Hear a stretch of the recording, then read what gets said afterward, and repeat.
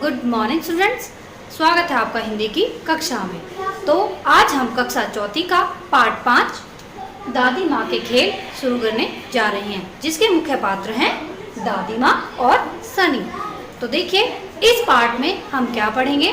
हम पढ़ेंगे दादी माँ के समय के खेलों के बारे में कि जो दादी माँ है वो सनी को आज के समय के खेल खेलते हुए देखती हैं, तो वो हमेशा एक ही बात कहती हैं कि अब खेल बदल गए हैं।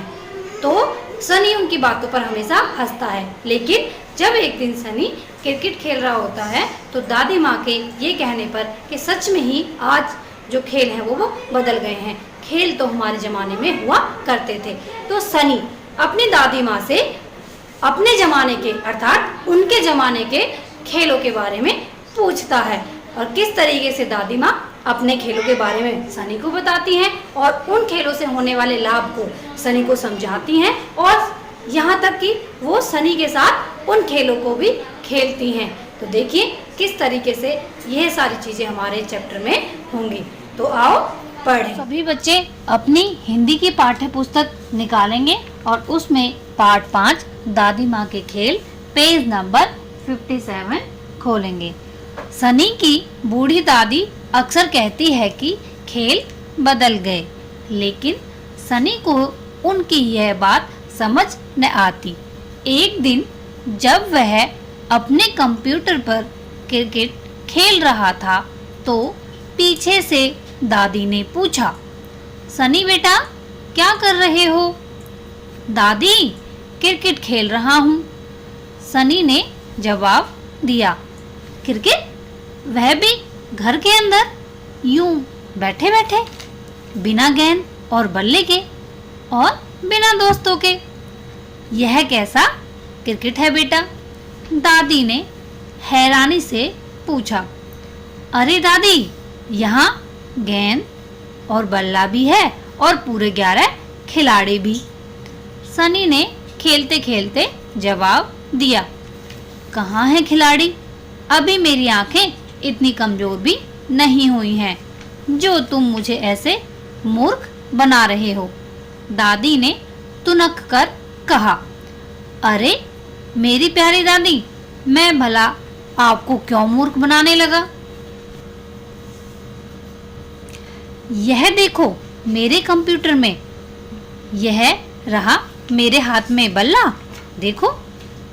इस खिलाड़ी ने गेंद फेंकी और मैंने बटन दबाकर यह मारा छक्का। इस पर दादी जोर से हंस दी और बोली, बटन दबाकर छक्का, हा हा हा। खेल बदल गए। आज के खेलों में पहले जैसा रोमांच कहाँ रहा? सनी ने दादी से पूछा, आप हमेशा ऐसा क्यों कहती हो? दादी मुस्कुराते हुए बोली, हमारे समय के खेल ऐसे नहीं होते थे। हम सच में गेंद और बल्ले से क्रिकेट खेलते थे, बटन दबाकर नहीं। हमारे खेलों में भाग दौड़ होती थी, मस्ती होती थी और भी बहुत कुछ। दादी की बातें सुनकर सनी के मन में उन खेलों को जानने की जिज्ञासा और भी बढ़ गई। तो जिज्ञासा बेटा, जिज्ञासा होता है किसी चीज को जानने की इच्छा। तो सनी के मन में दादी जी के खेलों को जानने की इच्छा और भी बढ़ गई। वह दादी से उनके समय के खेलों के बारे में और भी जानना चाहता था। दादी भी अपने समय के खेलों के बारे में बताने को लेकर उत्सुक थी। उत्सुक होता है बेटा बेचैन, ठीक है। तो दादी अपने खेलों के बारे में सनी को बताने के लिए बहुत बेचैन थी, मतलब बहुत उत्सुक थी। उन्होंने उन खेलों के बारे में बताना आरंभ किया। अब आरंभ का मतलब होता है बेटा शुरू किया। वे बोली, जब हम बच्चे थे तब हम तरह तरह के खेल खेला करते थे।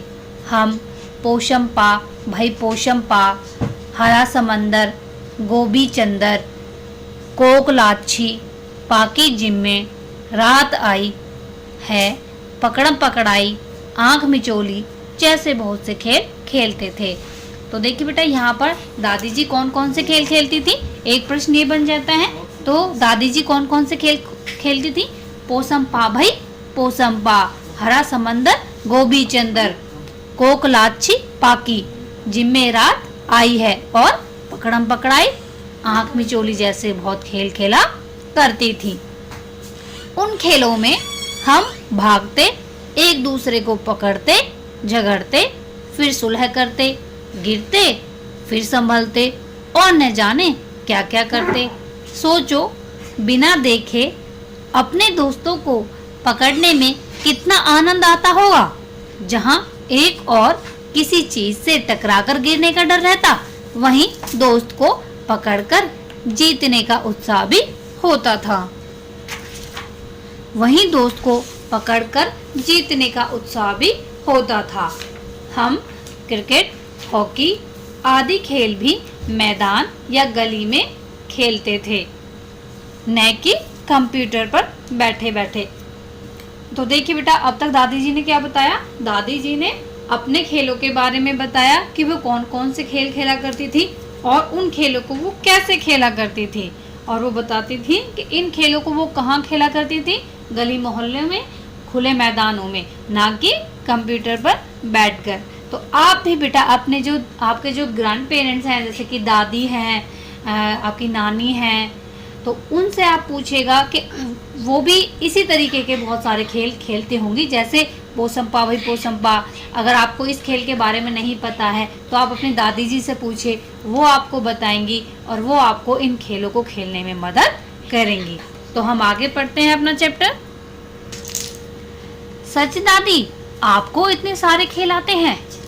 सनी ने पूछा।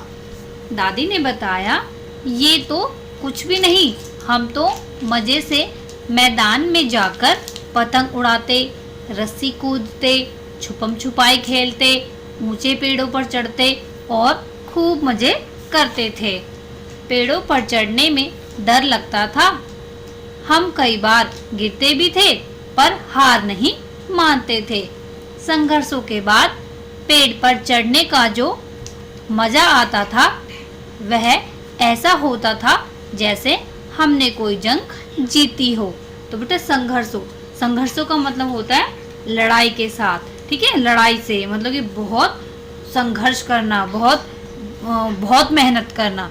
तो दादी जी बेटा यहाँ पर क्या बताती हैं कि वह उन खेलों के अलावा और भी खेल खेला करती थी, जैसे मैदान में जाकर पतंग उड़ाती थी, रस्सी कूदती थी, छुपम छुपाई खेलती थी, ऊंचे पेड़ों पर वो खूब मजे से चढ़ती थी। लेकिन उन्हें इन खेलों को खेलने में डर भी लगता था, लेकिन फिर भी वो ऊपर चढ़ जाती थी और उन्हें ऐसा लगता था कि जैसे उन्होंने किसी युद्ध को जीत लिया हो, किसी लड़ाई को जीत लिया हो। तो देखिए आगे क्या बताती हैं सनी की दादी सनी को। हमारे उन खेलों ने ही तो हमें इतना मजबूत बनाया है, तभी तो इतनी उम्र में भी मैं पूरी तरह स्वस्थ हूँ। तो यहाँ पर दादी जी क्या कहती हैं कि हम जिन खेलों में भाग दौड़ करते हैं, संघर्ष करते हैं, अब पसीना बहाते हैं, उन खेलों से हम कैसे रहते हैं? तंदुरुस्त रहते हैं और स्वस्थ रहते हैं। अच्छा दादी, जब आप इतने सारे खेल खेलती थी तो विद्यालय कब जाती थी? सनी ने पूछा। दादी मुस्कुराते हुए बोली, विद्यालय भी जाते थे और पढ़ाई भी करते थे, साथ ही विद्यालय में होने वाली गतिविधियों में भी भाग लेते थे। बाप रे बाप! तो क्या दादी आपके समय में दिन 24 घंटे से अधिक के होते थे? सनी ने पूछा। न रे, घंटे तो 24 ही होते थे, पर तब भी हम खेलने का समय निकाल ही लेते थे, दादी ने बताया। कुछ सोचकर सनी ने फिर पूछा, दादी क्या आपने जो खेल बताए हैं आप मुझे वे खेलना सिखा सकती हैं? इस बार खेल खिलाकर हंसी और बोली, खेल सिखाना तो क्या, तेरी दादी तेरे साथ ये खेल खेल भी सकती है। बताओ तुम सबसे पहले कौन सा खेल खेलना चाहोगे? दादी, मुझे आंख मिचोली खेलना है, सनी ने कहा। ठीक है, तो पहले बगीचे में चलते हैं और वहाँ आंख मिचोली खेलने में बहुत मजा आएगा। पर दादी, यह खेल खेलने के लिए हमें क्या क्या सामान ले जाना होगा? सनी ने पूछा। कुछ नहीं बेटा, बस एक दुपट्टे से ही काम हो जाएगा। फिर दादी सनी को बगीचे में ले गई और वहां जाकर उसकी आंखों पर पट्टी बांध दी। अब सनी को बिना देखे अपनी दादी को पकड़ना था। सच में बिना देखे किसी की आहट को पहचानकर उसे पकड़ना बहुत ही रोमांचक होता है। और बेटा, रोमांचक का अर्थ होता है मजेदार। तो किसी को बिना देखे केवल उसकी एक छोटी सी आहट से उसे पकड़ने में बहुत मजा आता है। इस बीच सनी ने दादी को तो नहीं, पर हाँ, किसी अन्य बच्चे को पकड़ लिया था। उन्हें खेलता देख वह बच्चा उत्साहवश उनके पास आ गया था। साथ ही साथ 6-7 नन्हे बच्चे भी वहां आ गए। उत्साहवश का मतलब होता है बेटा जोश के साथ, ठीक है।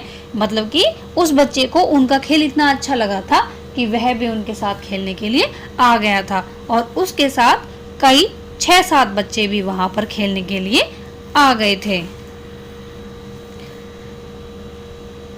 दादी के उस खेल ने उस दिन सनी के कई मित्र बना दिए। अब तो वह प्रतिदिन दादी के साथ बगीचे में जाकर नए नए खेल खेलने लगा। उसके साथ साथ अब मोहल्ले के कई बच्चे भी उन खेलों को खेलते और मजे करते। इस दौरान वे सब खूब तेज भागते, गिरते, फिर संभलते और झगड़ते, पर सुलह भी कर लेते थे। दादी के ये खेल सनी को स्वस्थ बनाने के साथ साथ उसमें खेल भावना और नेतृत्व के गुण का भी विकास करते। दादी के सिखाए खेल सनी के जीवन के अमूल्य खजानों में से एक हैं। तो ये था बेटा हमारा आज का चैप्टर, दादी के खेल। तो आज हमने क्या पढ़ा? इस चैप्टर में क्या सीखा हमने कि अब जो हम खेल खेलते हैं, पहले ऐसे खेल नहीं थे। पहले कैसे खेलते? जिनमें शारीरिक शक्ति लगती थी, हमारी कसरत होती थी, ऐसे खेल होते थे। अब तो जैसे कि अब हम किस पे खेलते हैं?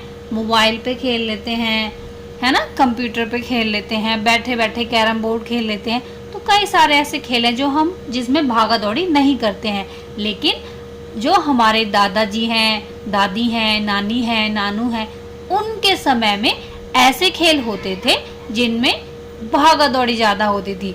जैसे अभी आपने सनी की दादी की जुबानी सुना था, उन्होंने बताया था ना, उनके समय में कैसे खेल होते थे जिनमें भागा दौड़ी ज़्यादा होती थी। इससे क्या होता था? इससे वो स्वस्थ रहते थे। कैसे?